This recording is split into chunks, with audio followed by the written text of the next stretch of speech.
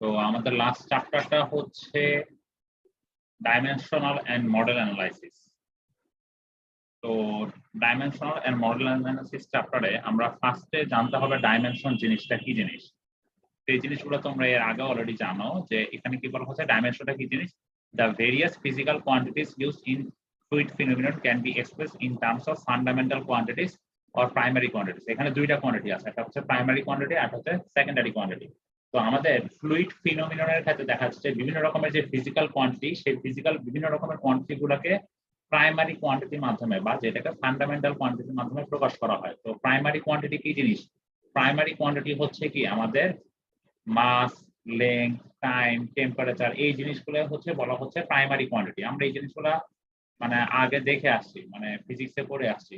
তো তার মানে মাসের যদি আমরা এক্সপ্রেস করি কি দিয়ে, এম, লেন্থ কি এল দিয়ে, মাত্রা, তাই তো। তারপর কি টেম্পারেচার কি টি দিয়ে, আর হচ্ছে টাইম হচ্ছে টি দিয়ে, আর টেম্পারেচার হচ্ছে থিটা দিয়ে আমরা এক্সপ্রেস করি। তো এখন দেখো যে আমাদের তো এইগুলোকে বলা হচ্ছে আমাদের মেনলি প্রাইমারি কোয়ান্টিটি। আর আমাদের যেই কোয়ান্টিটি গুলা হচ্ছে আমাদের প্রাইমারি কোয়ান্টিটির মাধ্যমে থেকে ডিরাইভ করা হচ্ছে, সেগুলোকে বলা হচ্ছে ডিরাইভড কোয়ান্টিটি বা সেকেন্ডারি কোয়ান্টিটি। যেমন ভেলোসিটি, এরিয়া, অ্যাসিলারেশন। তো ভেলোসিটির মাত্রা কি বলতো? এলটি -1। তার মানে এখানে কি কি জিনিস দিয়ে প্রকাশ করা হয়েছে? এলটা কি প্রাইমারি কোয়ান্টিটি, টিটা কি time, primary quantity. That means primary কোয়ান্টিটির মাধ্যমে যে কোয়ান্টিটিটা আমরা প্রকাশ করছি সেটাকে বলা হচ্ছে ডিরাইভড বা সেকেন্ডারি কোয়ান্টিটি। ঠিক আছে? তো তাহলে আমাদের যে এই এক্সপ্রেশনটা যে প্রাইমারি কোয়ান্টিটির মাধ্যমে এই আমাদের যে এই সেকেন্ডারি কোয়ান্টিটিটা যে প্রাইমারি কোয়ান্টিটির মাধ্যমে যে এক্সপ্রেস করা হয়েছে, এটাকে বলা হচ্ছে মেইনলি ডাইমেনশনস। আমাদের ফিজিক্যাল কোয়ান্টিটির একটা ডাইমেনশন বলা হচ্ছে এই জিনিসটাকে। ঠিক আছে? তো এখন তাহলে আমরা বুঝতেছি কি আমাদের প্রাইমারি কোয়ান্টিটি কি? প্রাইমারি কোয়ান্টিটি হচ্ছে M, L, T, theta. That means আমরা যে কোনো কিছুকে এই প্রাইমারি কোয়ান্টিটি দিয়ে প্রকাশ করতে যাব এখন এই ডাইমেনশন বের করার জন্য। তো এখন বলা হয়েছে প্রথম এক্সাম্পলটা আমরা একটু দেখি যে determine the dimensions of the following quantities. তো আমাদেরকে ডাইমেনশন বের করতে বলেছে। তো আমরা এগুলো ছোটখাটো করে আসি। দেখো ডিসচার্জের ডাইমেনশন বের করতে বলেছে। তো ডিসচার্জ বলতে আমরা কি জানি? কিউ ইকুয়াল টু কি এরিয়া টাইমস ভেলোসিটি, তাই তো। Area Times velocity. এরিয়া মানে কি লেংথ স্কয়ার। লেংথ স্কয়ার মানে কি লেংথের জন্য আমরা কোন ডাইমেনশন ইউজ করি? এল। তো তাহলে কি এল স্কয়ার। আর ভেলোসিটি বলতে কি বুঝি? লেংথ পার টাইম, তাই না? তার মানে কি এল বাই টি। তো তাহলে আমাদের ডিসচার্জের ডাইমেনশন চলে আসছে এল কিউব টি টু দি পাওয়ার -1। ঠিক আছে? এগুলো আমরা এর আগে ছোটবেলায় দেখে আসছি। এখন হচ্ছে কাইনেমেটিক ভিসকোসিটি। কাইনেমেটিক ভিসকোসিটি যে ইকুয়েশনটা সেটা কি বলা যায়? Kinematic viscosity equal to dynamic viscosity divide by rho, তাই তো। এখন আবার আমাদের ডাইনামিক ভিসকোসিটিকে কি বলা যায়? ডাইনামিক ভিসকোসিটিকে বলা যায় কি tau equal to mu d u by d y. সেখান থেকে কি আমরা ডাইনামিক ভিসকোসিটির কি ইউনিটটা বের করতে পারি। তাহলে ডাইনামিক ভিসকোসিটিকে কি বলা যায়? শিয়ার স্ট্রেস ডিভাইডেড বাই কি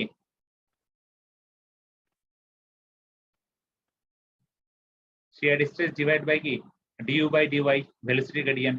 সো ডিউটাকে কি বলা যায়? ভেলোসিটি। ভেলোসিটি ইউনিট কি এল টি ইনভার্স। আর ডিওয়াইটা কি? ডিওয়াইটা কি আমাদের length থিকনেস ছিল, তাই না? আমরা প্রথম চ্যাপ্টারে পড়ে আসছিলাম।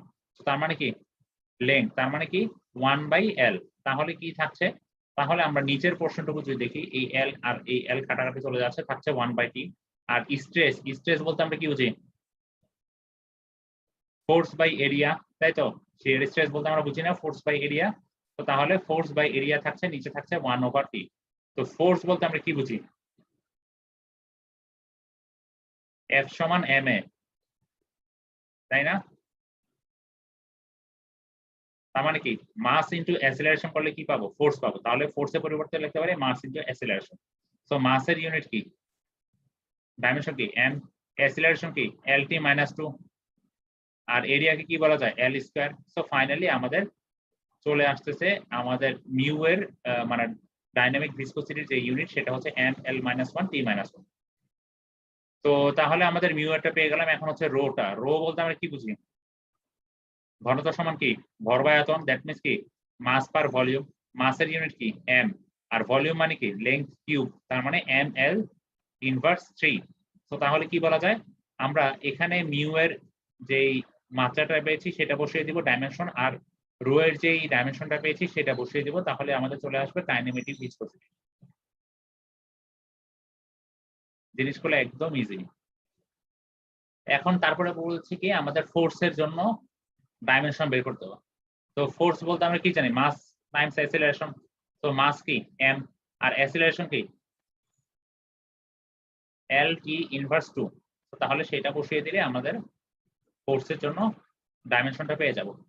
এরপরে বলেছি কি স্পেসিফিক ওয়েট। তো স্পেসিফিক ওয়েট বলতে আমরা কি বুঝি, weight per volume. So weight বলতে কি বুঝি, ফোর্সটা, তাই তো। তো ফোর্সের যে ইউনিটটা পেয়েছি সেই ইউনিটটা বসিয়ে দিব, আর ভলিউম মানে কি এল কিউব। তো তাহলে বসিয়ে দিলে আমাদের ফাইনালি হচ্ছে স্পেসিফিক ওয়েটের একটা ডাইমেনশন চলে আসবে। তো আমাদের হচ্ছে এখানে একটা টাইপের ম্যাথ আমরা শেষ করলাম। এখানে আমরা টোটাল প্রায় 4 থেকে 4টা টাইপের ম্যাথ করবো। একটা টাইপ হচ্ছে আমাদের ডাইমেনশন বের করা, যে কোনো একটা কিছু দিবে সেটা ডাইমেনশন বের করতে হবে। সেটা হতে পারে ডিসচার্জ, হতে পারে ফোর্স, হতে পারে কাইনেমেটিক ভিসকোসিটি, হতে পারে ডাইনামিক ভিসকোসিটি, মানে যে কোনো একটা কিছুর আমাদের একটা ডাইমেনশন বের করতে দিতে পারে। ঠিক আছে, তো ডাইমেনশন বের করে এটা হচ্ছে আমাদের একটা পার্ট। তো তোমরা চাইলে যেটা করতে পারো, তোমরা চাইলে এখানে মনে করো যে এখানে অনেক কিছু ডাইমেনশন দেওয়া আছে, ঠিক আছে। তো এই ডাইমেনশন গুলা নিজেরা ডিরাইভ করার চেষ্টা করবা, তাহলে তোমাদের মোটামুটি একটা আইডিয়া হয়ে যাবে। ঠিক আছে, যেমন হচ্ছে তোমরা কি করতে পারো, তোমরা ফোর্সের জেনারেট করতে পারো, ডেনসিটিটা বের করতে পারো চেষ্টা করে, প্রেসারেরটা বের করতে পারো, তারপরে হচ্ছে তোমরা এই দিক থেকে ওয়ার্কেরটা বের করতে পারো বা এনার্জিটা বের করতে পারো। তোমরা নিজেরা ডিরাইভ করার চেষ্টা করলে আমার মনে হয় এই টাইপের ম্যাথ গুলো তোমরা নিজেরাই পারবা। তো এখন আমরা চলে আসবো ডাইমেনশনাল হোমোজিনিটি। এই জিনিসটা একটু বুঝতে হবে। এই জিনিসটা আমাদের লাগবে হচ্ছে আমরা যখন ডাইমেনশন অ্যানালাইসিস করবো সেই ক্ষেত্রে। তো দেখো এখানে একটু খেয়াল করে দেখি যে আমাদের ডাইমেনশনাল হোমোজিনিটিটা কি বলছে। দেখো আমরা একটা সূত্র জেনে আসছি যে সেটা হচ্ছে P = WH। ঠিক আছে, তো আমরা যদি এই P এর যদি লেফট হ্যান্ড সাইডে, মানে পিটা কি ছিল, P এর যদি ডাইমেনশনটা দেখি, P এর ডাইমেনশনটা কি, আমরা P এর ডাইমেনশনটা কি ছিল এখানে যদি একটু খেয়াল করি, এই যে দেখো আমাদের প্রেসার P এর ডাইমেনশন দেওয়া আছে ml-1 t-2। So ml inverse 1 t inverse 2। So এটা হচ্ছে আমাদের P এর ডাইমেনশন। তো এই ডাইমেনশনটা, আর আমাদের রাইট হ্যান্ড সাইডে P = WH। W টা কি ছিল, স্পেসিফিক ওয়েট। স্পেসিফিক ওয়েটের ডাইমেনশন একটু আগে আমরা ডিরাইভ করেছি ml ইনভার্স 2 t ইনভার্স 2। তার মানে ml ইনভার্স 2 t ইনভার্স 2 লিখলাম। তার সাথে কি আছে h, টা কি হাইট ছিল, হাইট মানে কি শুধু l থাকবে। তো তাহলে এখানে রাইট হ্যান্ড সাইডে ডাইমেনশন কি আসতেছে ml ইনভার্স 1 t ইনভার্স 2। তো তাহলে ডাইমেনশনাল হোমোজিনিটি বলতে বোঝাচ্ছে আমাদের একটা ইকুয়েশন লেফট হ্যান্ড সাইডে যে ডাইমেনশন থাকবে ml inverse 1 t inverse 2, right hand সাইডেও ঠিক সেম ডাইমেনশনই আসবে। তার মানে dimension of left hand side equal to dimension of right hand side. এটাই হচ্ছে ডাইমেনশনাল হোমোজিনিটি। ঠিক আছে, কোনো প্রবলেম আছে কারো কোনো? না স্যার। আচ্ছা, তো আমরা এখানে এই যে ডাইমেনশনাল যে অ্যানালাইসিস করব, তো ডাইমেনশন অ্যানালাইসিস করার অনেকগুলো মেথড আছে। তো আমাদের সবগুলা মেথডে গো থ্রু করার দরকার নাই। আমরা হচ্ছে রেলিস মেথড আর হচ্ছে বাকিংহাম পাই মেথড, এই দুইটা মেথড দিয়ে মেইনলি কাজ করব। তো দেখো প্রত্যেকটা মেথডে একটা সীমাবদ্ধতা আছে। এখানে হচ্ছে রেলিস মেথডে একটা সীমাবদ্ধতা আছে দেখে আমাদের এই বাকিংহাম পাই মেথডটা আমাদের শিখতে হবে। তো আজকে আমরা রেলিস মেথডটাই ফার্স্টে দেখি। তো রেলিস মেথডে আমরা ম্যাথ দিয়ে ক্যালকুলেট করি, তাহলে তোমাদের জন্য বুঝতে সুবিধা হবে। তো বলা হয়েছে find an expression of the drag force, that means আমাদের ফোর্সের একটা এক্সপ্রেশন বের করতে বলেছে। দ্যাট মিন্স ড্র্যাগ ফোর্সটাকে আমরা এফ দিয়ে প্রকাশ করলাম on a smooth sphere of diameter D. That means আমাদের ড্র্যাগ ফোর্সের একটা এক্সপ্রেশন বের করতে বলেছে, যেটা কিসের কিসের ফাংশন থাকবে, যেটার একটা ডায়ামিটার থাকবে, moving with a uniform velocity V.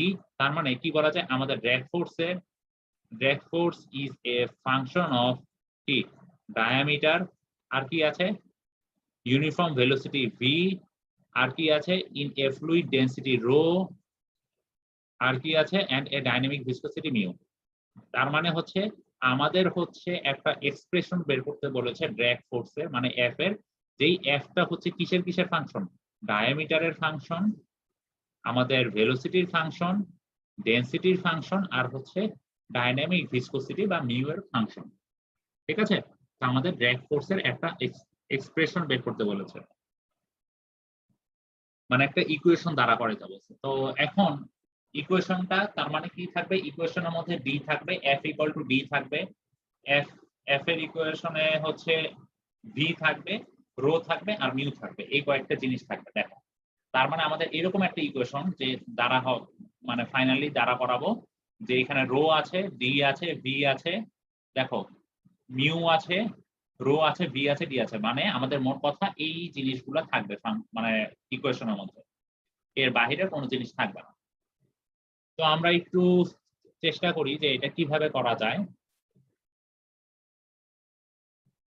তো আমরা দেখো এখানে ফার্স্টে যেটা বলা হয়েছে যে রেইলিস মেথডে, আমরা যদি এখানে রেইলিস মেথডে জিনিসটাকে এক্সপ্রেস করতে চাই তাহলে কি করতে হবে, দেখো যখন আমাদের এক্স হচ্ছে একটা ভ্যারিয়েবল, যেটা কিসের উপর ডিপেন্ড করছে, এক্স হচ্ছে is a function of x1 x2 x3 dot dot dot xn, মানে হচ্ছে এক্স একটা ভ্যারিয়েবল, যে ভ্যারিয়েবলটা ডিপেন্ড করছে x1 x2 x3 এরকম xn পর্যন্ত ভ্যারিয়েবল গুলোর উপরে ডিপেন্ড করছে এই এক্স ভ্যারিয়েবলটা।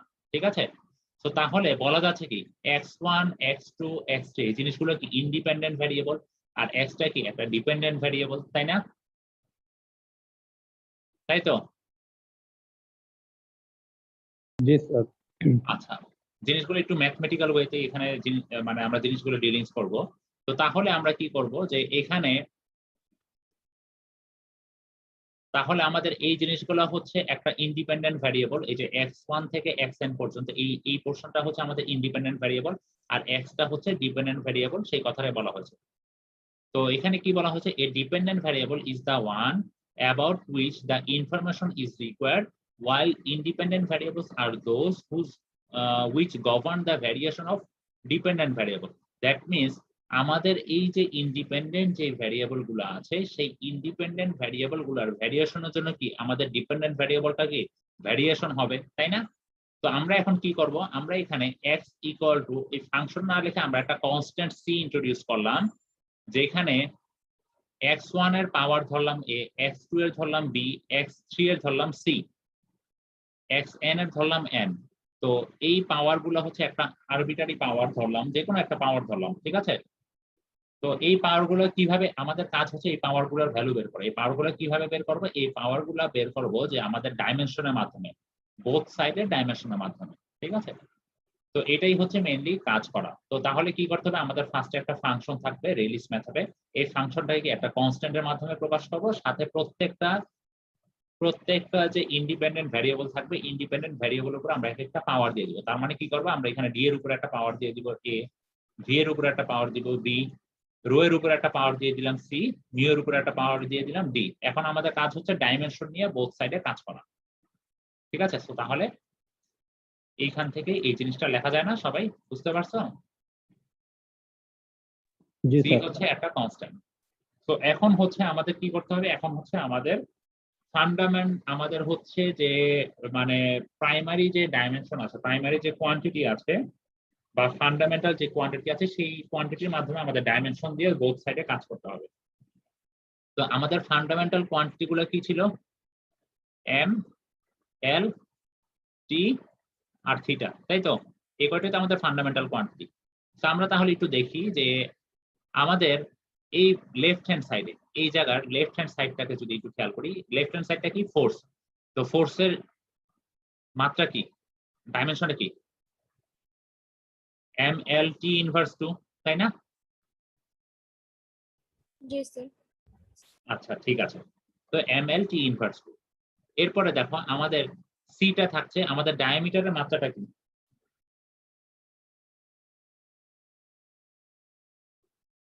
ডায়ামিটার কি লেংথ না? তার মানে ডায়ামিটারের মাত্রাটা হচ্ছে লেংথ, তার মানে রাইট হ্যান্ড সাইডে কি থাকবে? শুধু এল। কিন্তু দেখো আমি ডি এর উপরে কি একটা এ বসাইছি না, তার মানে কি এল এর উপরে এল এর পাওয়ার কি থাকবে? একটা এ থাকবে, তাই তো? কারো কোনো জি, স্যার। সমস্যা আছে? Anything wrong? না স্যার। না আচ্ছা ঠিক আছে, আমরা সিটাকে বাইরেই রাখবো, সিটাকে বাইরেই রাখবো, ঠিক আছে? সিটাকে ভিতরে নেওয়ার দরকার নেই। এরপরে দেখো আমাদের ডিটা চলে আসলো। এরপরে বলতেছে কি ভিটা কি ছিল? ভেলোসিটি। এই যে এখানে বলে দিয়েছে ভেলোসিটি। তো ভেলোসিটির মাত্রা কি বা ডাইমেনশন কি? LT inverse 1। সো আমরা এলটি ইনভার্স 1 বসালাম, আর ভি এর উপরে আমরা কত পাওয়ার দিয়েছিলাম? বি। সো সেটার সাথে উপরে থাকবে কি বি। এরপরে কি বসাবো? এরপরে চলে আসবে রো। এরপরে চলে আসতেছে রো। দেখো এখানে একটা জিনিস, যখন আমরা এই কনস্ট্যান্ট ইন্ট্রোডিউস করেছি তখন সবগুলোর মধ্যে কিন্তু মাল্টিপ্লিকেশন চলে আসে, আর কনস্ট্যান্ট ইন্ট্রোডিউস করার আগে কিন্তু ফাংশন আকারে ছিল, সবগুলো মাঝখানে কমা ছিল। তো এরপরে যখন রো আসতেছি, রো এর মাত্রা কি? রো এর মাত্রা আমরা একটু আগে বের করেছি। আমরা এখান থেকে যদি টেবিল থেকে নিই ML-3। কিছু বলবা?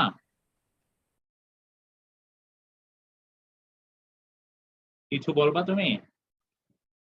না স্যার। আচ্ছা ঠিক আছে, তো আমরা রো এর মাত্রাটা এখানে বসিয়ে দিলাম। রো এর উপরে আমাদের পাওয়ার কত ছিল? সি। তাহলে এই C। মাত্রাটার উপরে পাওয়ার দিয়ে দিলাম সি। এরপরে ফাইনালি কি থাকবে? মিউ। মিউটা কি ছিল? Dynamic viscosity. ডাইনামিক ভিসকোসিটির মাত্রা আমরা একটু আগে বের করেছি, এজন্য আমাদের মাত্রাটা কোনটার মাত্রা কত এটা বের করাটা জানা দরকার। এই ম্যাথটা করাইছি। ডাইনামিক ভিসকোসিটির মাত্রাটা দেখো আমরা একটু আগে বের করেছি, কত ছিল? ML-1 T-1। তো আমরা যদি এখানে ডাইনামিক ভিসকোসিটির এই মাত্রাটা এখানে বসায় দিব, সাথে ডি থাকবে। ML-1 T-1 উপরে পাওয়ার ডি আছে। সো এখন আমাদের কাজ হচ্ছে, আমাদের কি কি এখানে প্রাইমারি, আমাদের কি কি এখানে ফান্ডামেন্টাল কোয়ান্টিটি আছে বলো? এম আছে, আর কি আছে? এল আছে, আর কি আছে? টি আছে। এই তিনটা জিনিসই তো আছে এই এই পুরো জিনিসটার মধ্যে, তাই না? জি স্যার। আচ্ছা, তো এখন আমরা ফার্স্টে কাজ হচ্ছে, ফার্স্টের ডাইমেনশনাল হোমোজেনিটি মানে কি? ডাইমেনশনাল হোমোজেনিটি মানে হচ্ছে আমাদের লেফট হ্যান্ড সাইডে ডাইমেনশনাল যে ডাইমেনশন থাকবে সেটা ইকুয়াল টু কি হবে? রাইট হ্যান্ড সাইডে ডাইমেনশন। সো লেফট হ্যান্ড সাইডে এম এর ডাইমেনশন গুলো যদি নেই, এম এর ডাইমেনশন এখানে কত আছে? এম এর পাওয়ার কত? লেফট হ্যান্ড সাইডে 1। So 1 equal to right hand সাইডে এম এর পাওয়ার কত আছে? রাইট হ্যান্ড সাইডে এম এর পাওয়ার কত আছে দেখো তো? সি আর d. M to the power c আছে আর m to the power d, তার মানে কি বলা যায়? C plus d. C plus d. Clear? জি স্যার। একইভাবে আমি যদি এল এর পোর্শনটা নিই, এল এর পোর্শনের জন্য ডাইমেনশনাল হোমোজেনিটি যদি ইউজ করি, তাহলে এল এর পোর্শন এখানে পাওয়ার কত আছে? 1। 1। তাহলে 1 ইকুয়াল টু, এই সাইডে ইকুয়াল টুর পরে এখানে এল এর পোর্শনে পাওয়ার কত আছে? L to the power a এখানে আছে, l to the power b, l to the power -3c, l to the power -d। তাহলে কি বলা যায়? a plus b -3c d। সমস্যা কারো? না স্যার, ঠিক আছে, ক্লিয়ার। আচ্ছা, একইভাবে আমরা কি করব? টি এর জন্য ডাইমেনশনাল হোমোজেনিটি যদি আমরা একটু খেয়াল করি, এখানে কত আছে লেফট হ্যান্ড সাইডে? -2। -2। তার মানে -2 ইকুয়াল টু টি এর জন্য রাইট হ্যান্ড সাইডে কি কি আছে? টি টু দি পাওয়ার -b, আর কি আছে? টি টু দি পাওয়ার -d। তাহলে -b -d। ঠিক আছে? জি স্যার। তো এখন আমাদের ইকুয়েশনটা যদি বের করতে চাই, এই ডি, ভি, রো আর মিউ এদের উপরে যে মানে আমরা যে এ বি সি ডি এর ভ্যালুগুলো বসাইছি, এই এ বি সি ডি এর ভ্যালুগুলো এখন আমাদের কাজ হচ্ছে ইকুয়েশন থেকে বের করা। ঠিক আছে? তো ইকুয়েশন থেকে কিভাবে বের করব এটা একটু বিষয়, এই জায়গাটা একটু খেয়াল রাখো। এখানে বলা হয়েছে কি, দেয়ার আর 4 আননোনস। আমরা জানি কি আমাদের আননোন এখানে কি কি? আমাদের এখানে কি কি আননোন ছিল? এ, বি, সি, ডি। আমাদের এই 4টা আননোনের মান দরকার। কিন্তু আমাদের ইকুয়েশন আছে কয়টা? একটা, দুইটা, তিনটা, তাই না? তার মানে কি আমাদের বের করা পসিবল? না না স্যার স্যার। তার মানে বের করা পসিবল হচ্ছে না।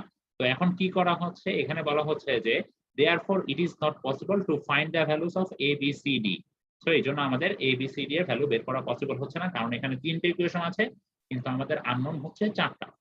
তো however, three of them can be expressed in terms of fourth variable, which is most important. তো আমাদেরকে এখানে কোন ভ্যারিয়েবলটা সবথেকে বেশি ইম্পর্টেন্ট বা গভর্নিং সেই জিনিসটা আমাদেরকে বুঝতে হবে। তো এখানে দেখা যাচ্ছে যে the role of viscosity is vital one, and hence A, B, C are expressed in terms of D. তার মানে আমাদের এখানে যেই টার্মগুলো আছে, একটা হচ্ছে ডায়ামিটার টার্ম আছে, ভেলোসিটি টার্ম আছে, ফ্লুইড ডেনসিটি টার্ম আছে, আর হচ্ছে ডাইনামিক ভিসকোসিটি। তো এই টার্মগুলোর মধ্যে কোনটা হচ্ছে সবথেকে বেশি আমাদের এখানে ইনফ্লুয়েন্সিং, বা যেটা বলতে পারি আমরা সবথেকে বেশি ভাইটাল, সেটা হচ্ছে কি সবথেকে বেশি স্বতন্ত্র কোনটা? ভিসকোসিটি। তো এই জন্য আমাদের কি করতে হবে? এই জন্য আমাদের ভিসকোসিটির উপরে আমরা কি ধরেছিলাম?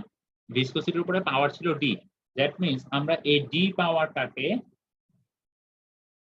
আমরা হচ্ছে এবিসি পাওয়ারটাকে ডি পাওয়ারের মাধ্যমে এক্সপ্রেস করার চেষ্টা করব। তার মানে আমাদেরকে এই জায়গায় এসে যখন দেখবো যে আমাদের তিনটে ইকুয়েশন চারটা আননোন দিয়ে ফুলফিল হচ্ছে না, তখন আমাদের বুঝতে হবে কোনটা হচ্ছে আমাদের একটা ভাইটাল রোল প্লে করতেছে। এখানে যেই ভ্যারিয়েবল গুলো আছে কোন ভ্যারিয়েবলটা হচ্ছে ভাইটাল আমাদের তো এটা ডিপেন্ডেন্ট বুঝবো ভ্যারিয়েবল কি গুলোর করে? মধ্যে, ঠিক আছে? সরি, ইন্ডিপেন্ডেন্ট ভ্যারিয়েবল গুলোর মধ্যে এখানে কোনটা ভাইটাল সেটা বুঝতে হবে। তো ভাইটালটা হচ্ছে এখানে ডাইনামিক ভিসকোসিটি। সো ডাইনামিক ভিসকোসিটির জন্য আমরা কি করব? তার মানে কি করতে হবে? আমাদের ডাইনামিক ভিসকোসিটি পাওয়ার ছিল ডি, তার মানে আমাদের যে এ বি সি এর যে ভ্যালুগুলো সেগুলোকে আমরা ডি এর মাধ্যমে প্রকাশ করার চেষ্টা করব। তো কিছুই না, এখানে আমরা একটু খেয়াল করি। তাহলে প্রথম ইকুয়েশন থেকে আমরা যদি ডি এর মাধ্যমে প্রকাশ করতে চাই সিটাকে, তাহলে কি বলা যায়? 1 minus D, C equal to 1 minus D. তো ডি এর মাধ্যমে প্রকাশ হয়ে গেল সিটা। এখন আমরা যদি 3 নাম্বার ইকুয়েশনটা দেখি, 3 নাম্বার ইকুয়েশনে কি আছে?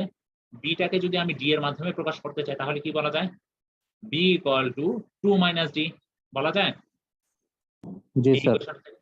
এখন তাহলে আমরা এই ইকুয়েশনে কি করব? এই ইকুয়েশনে হচ্ছে আমরা সি এর ভ্যালু আর ডি এর ভ্যালুটা বসায় দেব।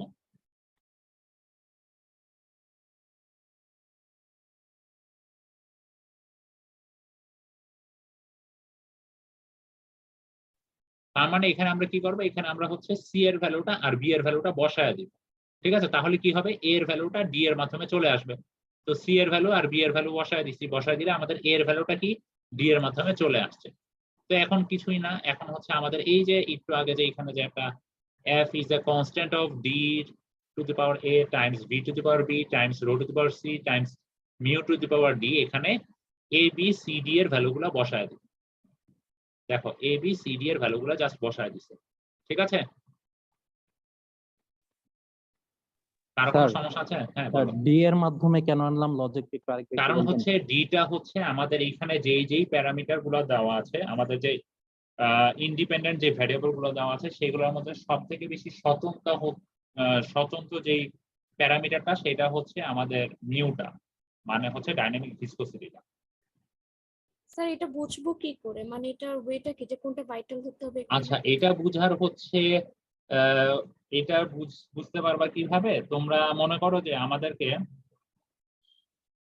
আমাদেরকে মনে করো যে এমন কিছু টার্ম দেওয়া আছে, আমরা পরেরটাতে এখানেই দেখাই যে এখানে সে ফর সাপোজ আমাদের দেখো ফাংশনটা হচ্ছে কি রো মিউ ওমেগা।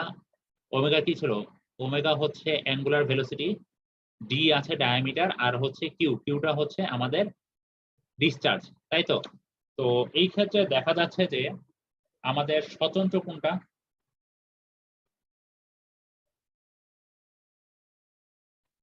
এই ক্ষেত্রে আমরা বলতে পারি স্বতন্ত্র হচ্ছে কি, মানে সব থেকে বেশি কি, মানে ভাইটাল কোনটা?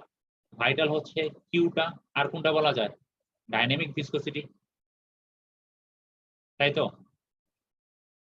স্যার এই স্বতন্ত্রের কাহিনীটাই বুঝতেছি না। আচ্ছা, স্বতন্ত্রটা কিভাবে বুঝবা? এটা স্যার এটা জিনিসটা কি হচ্ছে এভাবে বোঝা যায় না যে তিনটে ইকুয়েশনের মধ্যে তো বি কমন, সুতরাং বি যেটা সেটাই হচ্ছে ভাইটাল, যদি এভাবে ধরি? কোনটা কারণ তিনটে দুইটার ইকুয়েশনের ভিতরে মধ্যে থেকে? সেম ভাবে।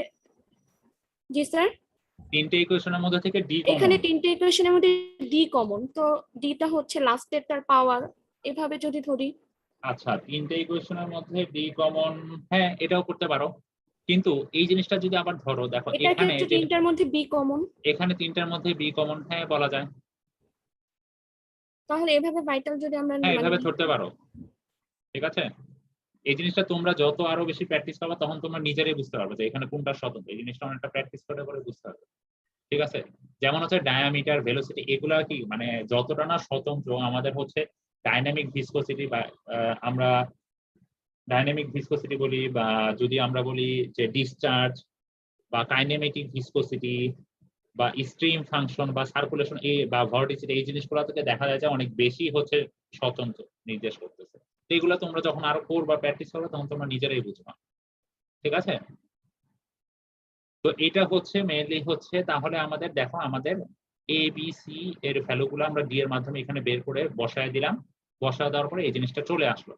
তো তাহলে এই জিনিসটাকে কি লেখা যায় দেখো, আমরা এখন কি করব, ডি টার্ম যুক্ত যে জিনিসগুলো আছে সেগুলোকে এক সাইডে নিব, আর ডি ছাড়া যে জিনিসগুলো আছে সেই জায়গাগুলোকে এক সাইডে নিব। তাহলে এখান থেকে কি বলা যায়, ডি স্কয়ার, ঠিক আছে, শুধুমাত্র ডি স্কয়ার। এখান থেকে কি বলা যায়, ভি স্কয়ার। এখান থেকে কি বলা যায়, রো।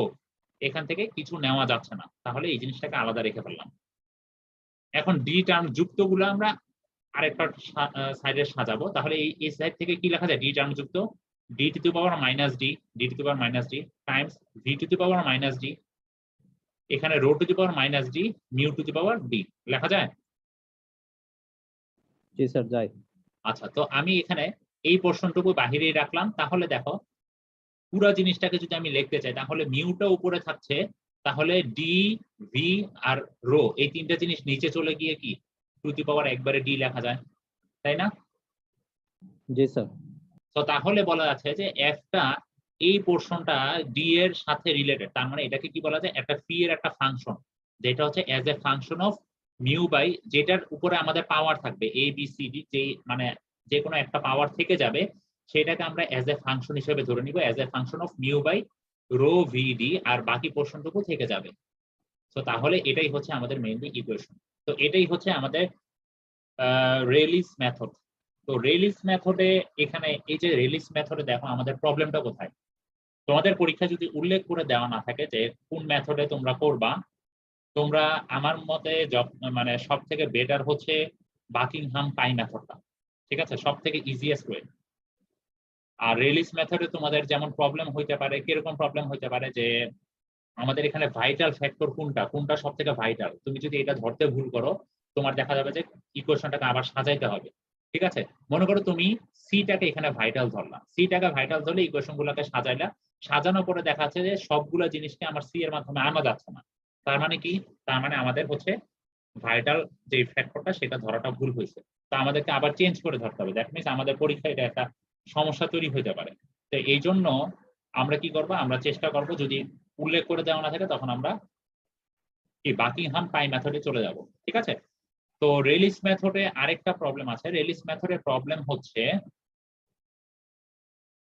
যে যখন আমাদের ম্যাক্সিমাম 3 or 4 ভ্যারিয়েবল থাকছে, দ্যাট মিনস আমাদের মনে করো এখানে কয়টা ভ্যারিয়েবল ছিল, একটা, দুইটা, তিনটা, চারটা, মানে ম্যাক্সিমাম 4টা পর্যন্ত যদি আমাদের ইন্ডিপেন্ডেন্ট ভ্যারিয়েবল থাকে, সেই ক্ষেত্রে আমাদের রেলিস মেথডটা অ্যাপ্লিকেবল হচ্ছে।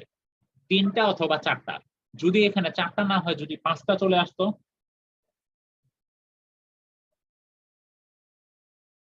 5টা চলে আসলে কি করতাম, 5টা চলে আসলে আমাদের জন্য বেটার হতো কি বাকিংহাম মেথডটা অ্যাপ্লাই করা, ঠিক আছে, ঠিক আছে। তার মানে আমাদের যে ডিপেন্ডেন্ট ভ্যারিয়েবলটা কিসের উপর ডিপেন্ড করবে, ম্যাক্সিমাম 3টা থেকে 4টার ভ্যারিয়েবলের উপর ডিপেন্ড করবে, সেই ক্ষেত্রে আমরা রেলিস মেথডটা অ্যাপ্লাই করব। যদি এর বেশি চলে আসে তাহলে আমরা চলে যাব বাকিংহাম মেথডে। আর তোমরা যদি 3টা বা 4টার জন্য তোমরা চাইলে বাকিংহাম পাই মেথডটাও অ্যাপ্লাই করতে পারো। কারো কোনো সমস্যা আছে?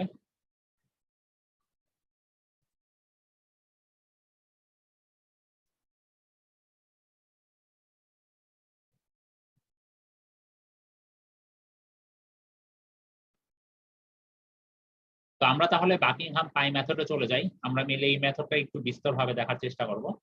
তো বাকিংহাম পাই মেথড যে আসলে থিওরিটা কি বলছে যে when a large number of physical variables are involved, Rayleigh's method of dimensional analysis becomes increasingly laborious and cumbersome. That means আমাদের তখন রেলিস মেথডে করা যাবে, বাট জিনিসটা দেখা যাবে যে অনেক জটিল হয়ে যাচ্ছে, অনেক বেশি আমাদের টিডিয়াস হয়ে যাচ্ছে প্রসিডিউরটা ক্যালকুলেশন করা। ঠিক আছে, তো এই জন্য আমরা মেইনলি চলে আসবো যখন আমাদের অনেকগুলো ভ্যারিয়েবল থাকবে, সেই জন্য আমরা বাকিংহাম পাই মেথডে চলে আসবো। তোমাদের 3টা বা 4টা থাকলে তোমরা চাইলে বাকিংহাম দিয়েও করতে পারো, তোমাদের কোনো সমস্যা নেই, বাকিংহাম দিয়ে যে কোনো কিছুই সলভ করা পসিবল। ঠিক আছে, তো তাহলে বলা আছে যে বাকিংহাম মেথডটা হচ্ছে আমাদের রেডিস মেথডের একটা ইমপ্রুভমেন্ট মেথড। ঠিক আছে, তো বাকিংহাম মেথডে কি করবে, বাকিংহাম মেথডে যে আমাদের যে ডাইমেনশনলেস যে গ্রুপগুলো আছে সেটাকে একটা গ্রিপ ক্যাপিটাল লেটার পাই দিয়ে তারা ইন্ডিকেট করবে। ঠিক আছে, এই জন্যই এটাকে বাকিংহাম পাই মেথডই বলা হচ্ছে। এখানে পাই দিয়ে ইন্ট্রোডিউস করা হচ্ছে দেখে এটাকে আমরা মেইনলি বাকিংহাম পাই মেথড বলা হচ্ছে। তো এই মেথডটার মেইন অ্যাডভান্টেজ কোথায়?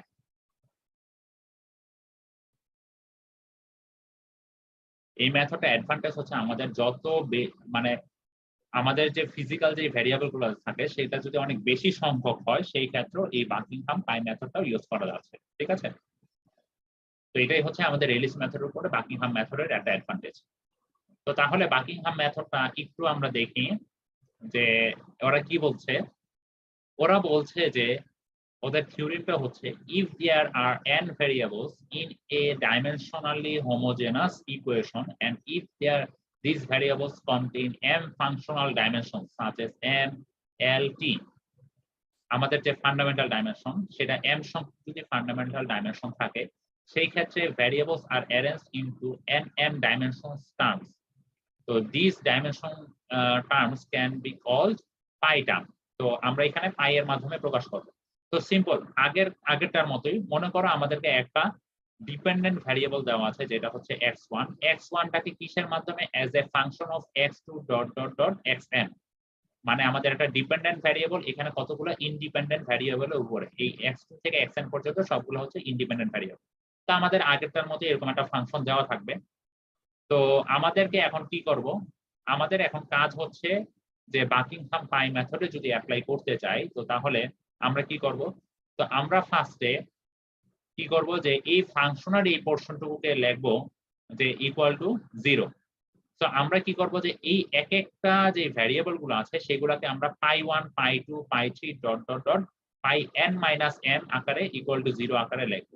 ঠিক আছে, তো জিনিসটা আরেকটু ক্লিয়ারলি বুঝতে পারবো, আমরা এই জায়গাটা একটু ক্যালকুলেশন গুলো করি তাহলে তোমরা আরো ক্লিয়ারলি বুঝতে পারবা স্টেপ গুলা। তো আমরা একটু এই জায়গাটা একটু দেখার চেষ্টা করি। তো দেখো এখানে আগেরটার মতোই আমাদেরকে একটা রেজিস্ট্যান্স আর সেই আর এর এক্সপ্রেশন বের করতে বলেছে।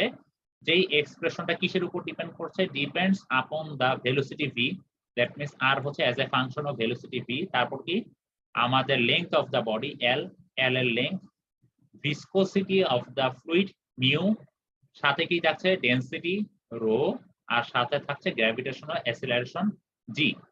ঠিক আছে, তো আমাদের একটা এক্সপ্রেশন বের করতে বলেছে আর এর।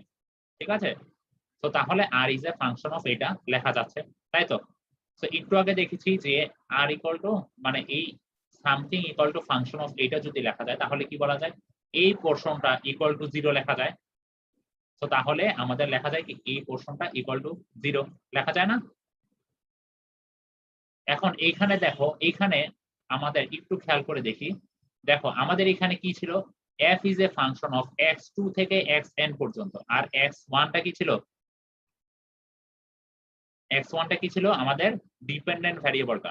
তার মানে যখন আমরা ইকুয়াল টু 0 লিখছি তখন কি লেখা যায়, f1 তখন কি ডিপেন্ডেন্ট ভ্যারিয়েবলটাকে ভিতরে নিয়ে আসবো x1 থেকে নিয়ে xn পর্যন্ত। তার মানে এই ক্ষেত্রে কি করব, এই ক্ষেত্রে কাজ কি f1 দিয়ে দিব f এর জায়গায়, আর rটাকে কি ভিতরে নিয়ে আসবো।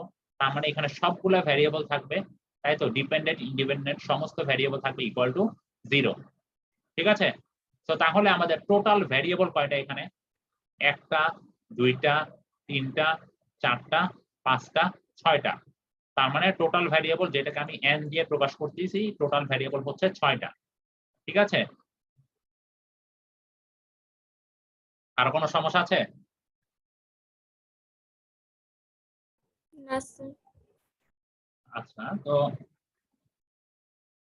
আমাদের টোটাল ভ্যারিয়েবল হচ্ছে 6টা, সেটা আমরা লিখে ফেলবো। তো এখন আমাদের দেখো আমরা কি জানি, আমরা হচ্ছে দেখো আমাদের যে রেসিস্ট্যান্সটা, আমাদের ভেলোসিটির টার্ম কি, ভেলোসিটিকে কি দিয়ে প্রকাশ করা যায়? lt minus 1। আচ্ছা, লেংথের মাত্রা কি? l। ভিসকোসিটির মাত্রা কি? ml minus 1 t minus 1। ডেনসিটির মাত্রা কি? ml minus 3। গ্র্যাভিটেশনাল অ্যাসিলারেশন মানে জি এর মাত্রা কি, মানে অ্যাসিলারেশনের যে মাত্রা gt মাইনাস 2। তার মানে এই মাত্রাগুলো যদি আমরা খেয়াল করি, ঠিক আছে, আর আর হচ্ছে রেসিস্ট্যান্স ফোর্স, রেসিস্ট্যান্স ফোর্সের মাত্রা কি? mlt minus 2।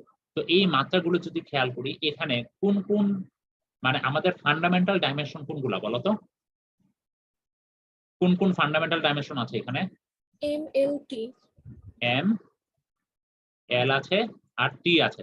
তার মানে কয়টা ফান্ডামেন্টাল ডাইমেনশন আমাদের? একটা, দুইটা, তিনটা।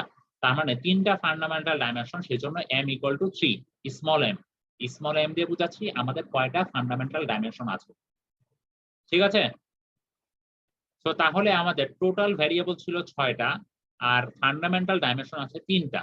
তো তাহলে আমাদের কাজ হচ্ছে কয়টা পাই আসবে সেটা আমাদের ডিটারমাইন করতে হবে। সেটা কিভাবে পাবো? আমাদের ডাইমেনশনলেস পাই টার্ম থাকবে n মাইনাস m করে, যেই ভ্যালুটা পাবো তার মানে হচ্ছে 3। n মাইনাস m করলে কত আসতেছে? 3। তার মানে আমাদের পাই থাকবে কয়টা? পাই 1, পাই 2, পাই 3। তার মানে 3টা পাই আসবে। এই 3 থেকে বুঝতেছি 3টা পাই আসবে। তো তাহলে 3টা পাই আসলে আমরা ফাইনালি লিখতে পারি এই জিনিসটাকে, আমরা ফাইনালি লিখতে পারি কি, f1 is a term of pi 1, pi 2, pi 3 equal to 0। এটা হচ্ছে আমাদের স্টেপ 1 এর কাজ। তার মানে স্টেপ 1 এ যেটা করতে হবে যে আমাদের পাই এর মাধ্যমে জিনিসটাকে নিয়ে আসতে হবে। তো প্রথমে কি করব?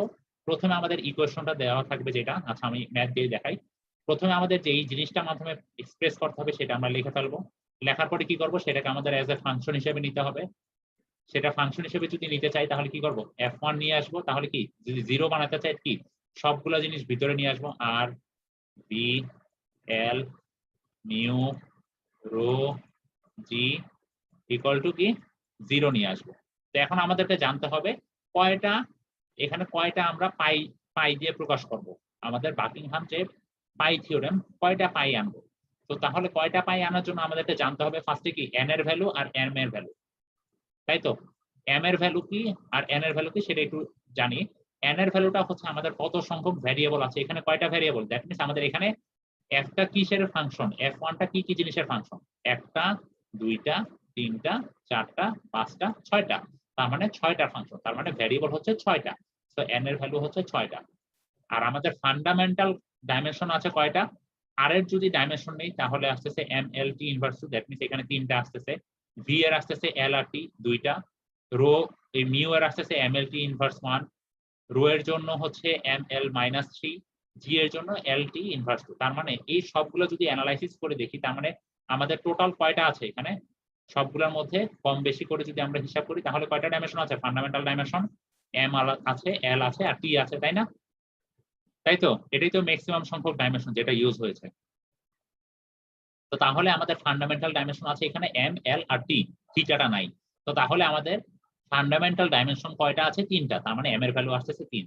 তো n আর m এর যে ডিফারেন্স, সেটাই সেই ডিফারেন্স থেকে বুঝতে পারবো আমরা n মাইনাস m যদি করি তাহলে আমাদের ভ্যালুটা আসতেছে 3। তার মানে আমাদের পাই থাকবে কয়টা? 3টা pi. So f1 is a pi of pi 1, pi 2, pi 3 equal to 0। এই এই এতটুকু পর্যন্ত বের করা হচ্ছে আমাদের ফার্স্ট স্টেপ। কারো কোনো সমস্যা আছে ফার্স্ট স্টেপে?